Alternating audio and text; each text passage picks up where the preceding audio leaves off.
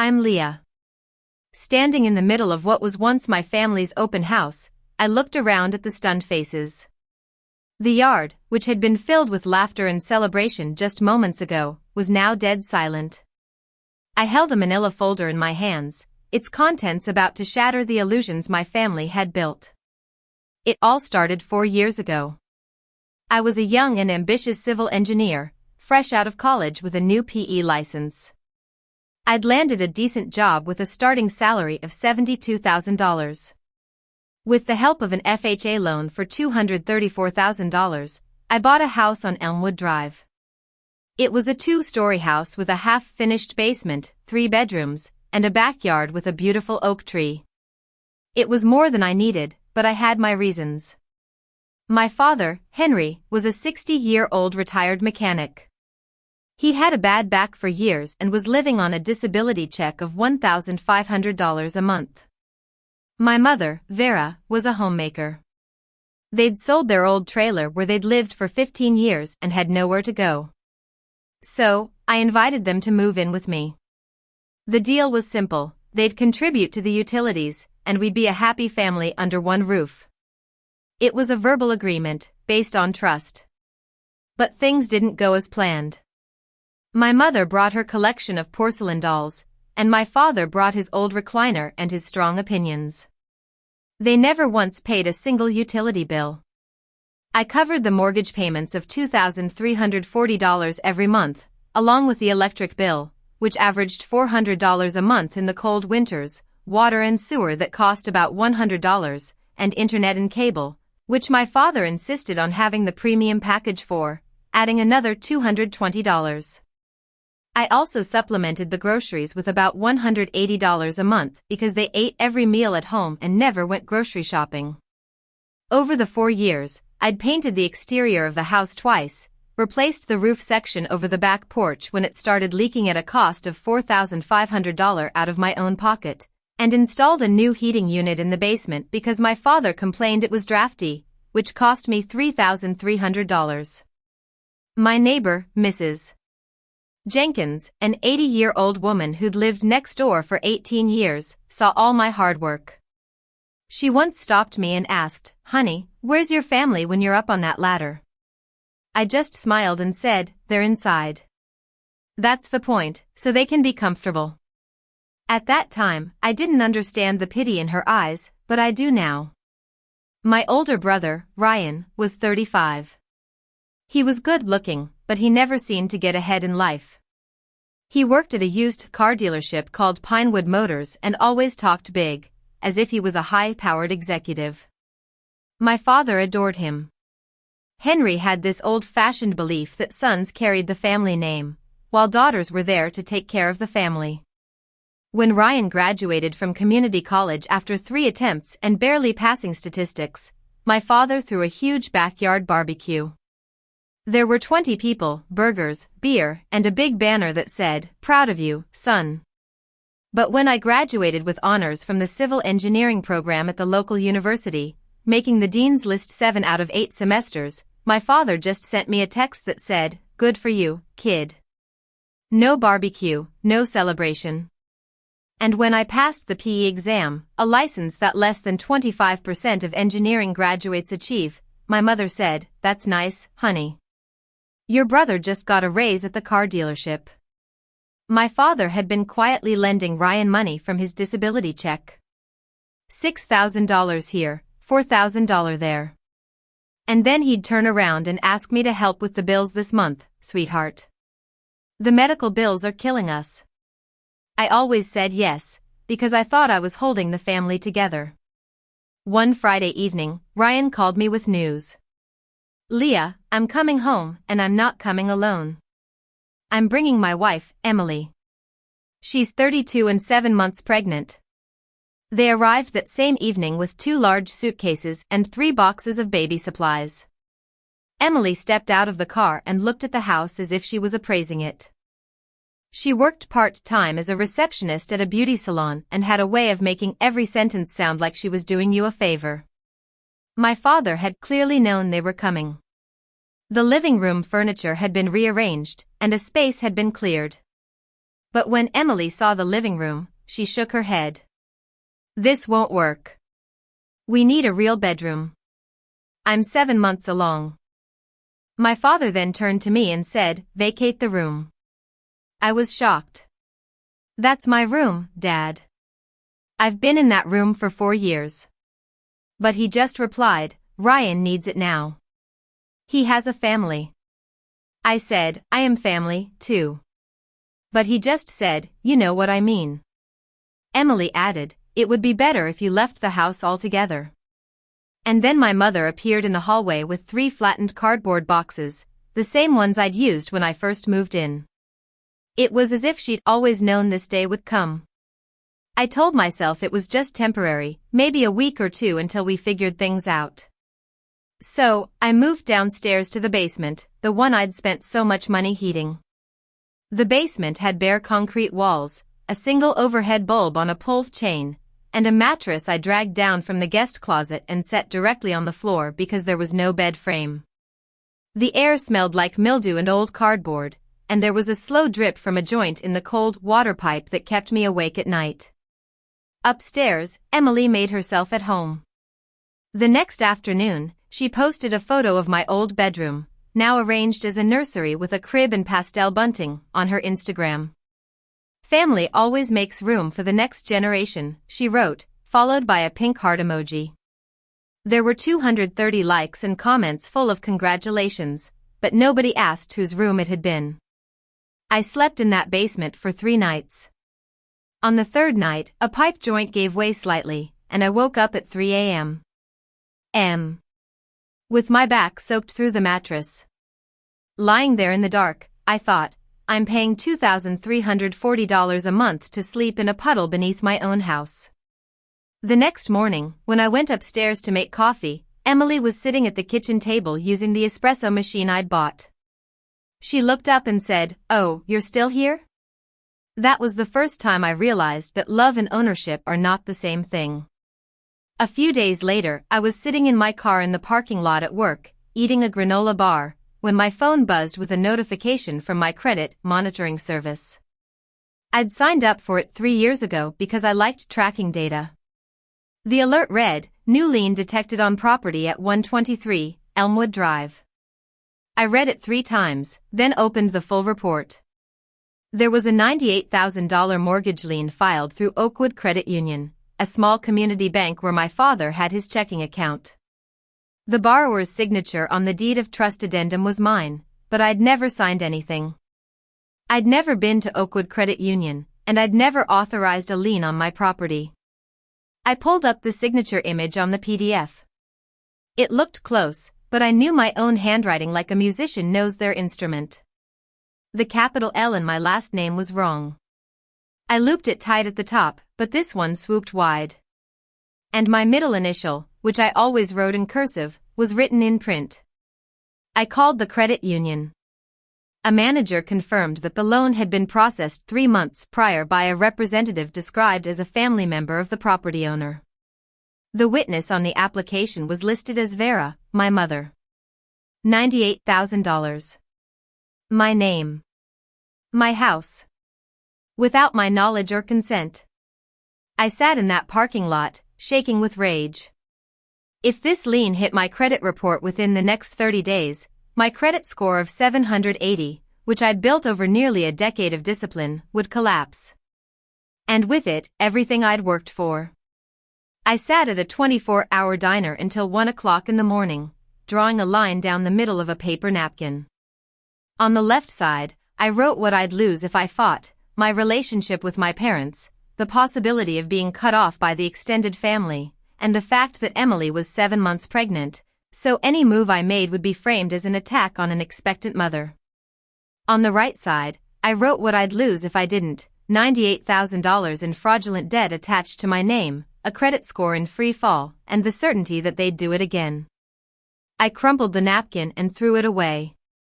The decision had already been made the moment I saw that forged signature. The next morning, I called a real estate attorney, Mr. Thompson. He'd been in practice for 20 years and specialized in property disputes. I told him everything, and he listened without interrupting for 7 minutes. Then he said, "Leah, what your father did is forgery. What your mother did is aiding and abetting. What Ryan did is fraud. I need you to not say a single word to anyone in your family until we have everything documented."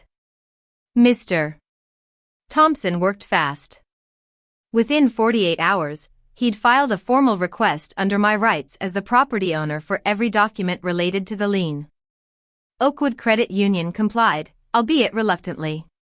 The packet arrived at his office on a Thursday afternoon. I drove there straight from work, and we spread the pages across his conference table like evidence in a crime scene. The forged deed of trust addendum had my signature, or a traced version of it, at the bottom of page 4. My mother's name as the witness on page 5 was in her unmistakable handwriting. Then there were the transaction records. Mr. Thompson had highlighted them in yellow. $40,000 had been transferred directly to a credit card account registered to Ryan. His entire outstanding balance was wiped clean in one wire. $25,000 had gone to Pinewood Motors as a down payment on a car. $18,000 had been withdrawn in cash by my mother over 3 separate visits, and $15,000 was sitting untouched in my father's personal savings account. Mr. Thompson looked at me over the top of his reading glasses. They thought they were clever, but clever people don't forge documents on a property they don't own with a credit union that keeps digital records of everything. He also told me that the loan officer, a man named Mr. Harris, had bypassed the standard identity verification protocol. No in-person confirmation, no video call. Just my father's word and a photocopied signature. "Now, when do you want to move?" Mr. Thompson asked. 12 days after I discovered the forged lien, I walked out of 123 Elmwood Drive with 3 cardboard boxes, a duffel bag, and a plan. I'd signed a lease 3 days earlier on a studio apartment 10 minutes away. It was 950 square feet, clean and quiet, and it cost $1,200 a month. I signed the lease with the same pen I used for mortgage payments. Before I left, I placed a white envelope on the kitchen table. Inside was a photocopy of the deed of trust with my name highlighted and a single handwritten note on plain paper: "This house is mine. The mortgage is mine. Everything else is about to change." I drove away at 6:30 in the evening. The oak tree in the front yard was starting to change color. I didn't look back. My father found the envelope at 7:15. He opened it, read the deed copy, read the note, and tore the paper in half. "She's bluffing," he said. He didn't know that the deed copy was just a copy. The original was locked in a safe deposit box at my bank, along with every piece of documentation Mr. Thompson had certified. The first week after I left, my family settled into my house like they'd inherited it. Emily posted an Instagram story from the living room: "Finally, a house that feels like home." It had 200 views. She'd rearranged the furniture, hung a wreath on the front door, and placed a welcome mat over the threshold I'd paid for.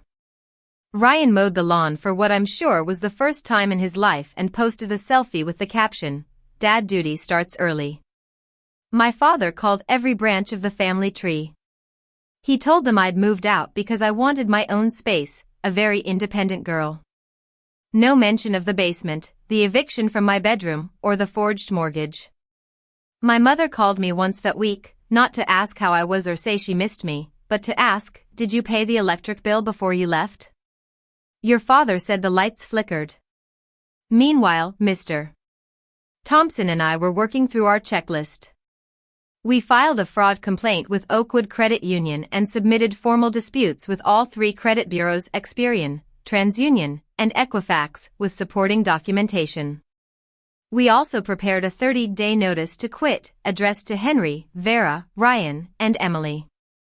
On the 14th day, a letter arrived at Mr. Thompson's office on Oakwood Credit Union letterhead. He called me at work. "You're going to want to come in," he said. I drove to his office during my lunch break. He'd already set the letter on his desk, turned so I could read it. The key paragraph read, following an internal compliance review, the signature on the deed of trust addendum dated redacted does not match the authenticated signature on file for the property owner, Leah. The associated loan has been suspended pending further investigation. The loan officer, Mr. Harris, had been placed on administrative leave. The bank's compliance team had flagged multiple procedural violations, most critically, the absence of in-person identity verification. Mr. Harris later admitted in an internal interview that my father was a regular customer who'd bought him a few drinks and told him the property owner was out of town but fully aware of the transaction. The lien will be removed from your property record within 30 days, Mr. Thompson said. But more importantly, the bank now has an institutional interest in cooperating with us. They processed a fraudulent loan on an employee's negligence. They don't want a lawsuit. On the 15th day, a process server named Mr. Brown walked up the front path of 123, Elmwood Drive and handed my father the 30-day notice to quit. According to the process server's affidavit, my father read the first page, looked up, read it again, and said nothing. He was visibly shaken. My father called me 12 minutes later. His voice was cracked. "You're evicting us? Your own parents?" I replied, "You forged my name on a $98,000 loan, Dad." The bank confirmed it. "You have 30 days. He said, "I did it for the family." I said, "You did it for Ryan's credit card debt. I have the transaction records." He didn't finish his sentence and hung up. Ryan called 5 minutes later, shouting, "You're insane. Emily is due in 6 weeks. Where are we supposed to go?" I said, "That's not my problem to solve anymore, Ryan." 2 days remained until my father's open house. It was billed as Welcome Baby, a celebration of Ryan and Emily's incoming child, the first grandchild in the family. My father had sent text reminders the day before. My mother had baked a cake. Emily wore a new maternity dress and sat in a cushioned chair at the head of the main table. I was 10 minutes away, sitting in my car with a manila folder on the passenger seat. I parked on the street, 2 houses down, and checked my reflection in the rearview mirror. I was wearing a gray blazer, black slacks, and a white blouse, the same outfit I wore to work meetings. My hair was pulled back in a low knot, and I had minimal makeup. I looked like someone who'd come to deliver a report, because that's exactly what I was doing. The manila folder on my lap contained a certified copy of the deed of trust, the signature comparison, the official letter from Oakwood Credit Union confirming the loan suspension, and photocopies of the transaction records. Mr. Thompson had organized the pages in order, and each one was tabbed. I walked up the sidewalk at 2:30. The party had been going for over an hour. People were eating, laughing, and milling around the yard. A few kids were chasing each other near the fence. The balloons were bobbing in a light breeze. My father saw me first. His expression went through 3 stages in about 2 seconds, surprise, irritation, and fear. He walked toward me fast. "What are you doing here?" he asked. I replied, "I'm at my house, Dad. The one with my name on the deed." He said, "Don't make a scene." I said, "I'm not the one who forged someone's signature on a mortgage application." He grabbed my arm above the elbow, not hard enough to bruise but hard enough to steer. "Lower your voice," he said. A voice came from behind us, clear and firm. "Henry, take your hand off that girl." It was Mrs. Jenkins, standing 6 feet away, holding a glass of lemonade, her expression as steady as concrete. My father let go. A few heads turned, then a few more. Emily appeared in the doorway, still holding a baby shower gift bag. She saw me, and her face went pale. "Why is she here?" she asked. Now, 45 people were watching. I stood on the porch, 3 steps up from the yard, in full view of every guest. I didn't raise my voice. Silence carries farther than shouting when the audience is already listening.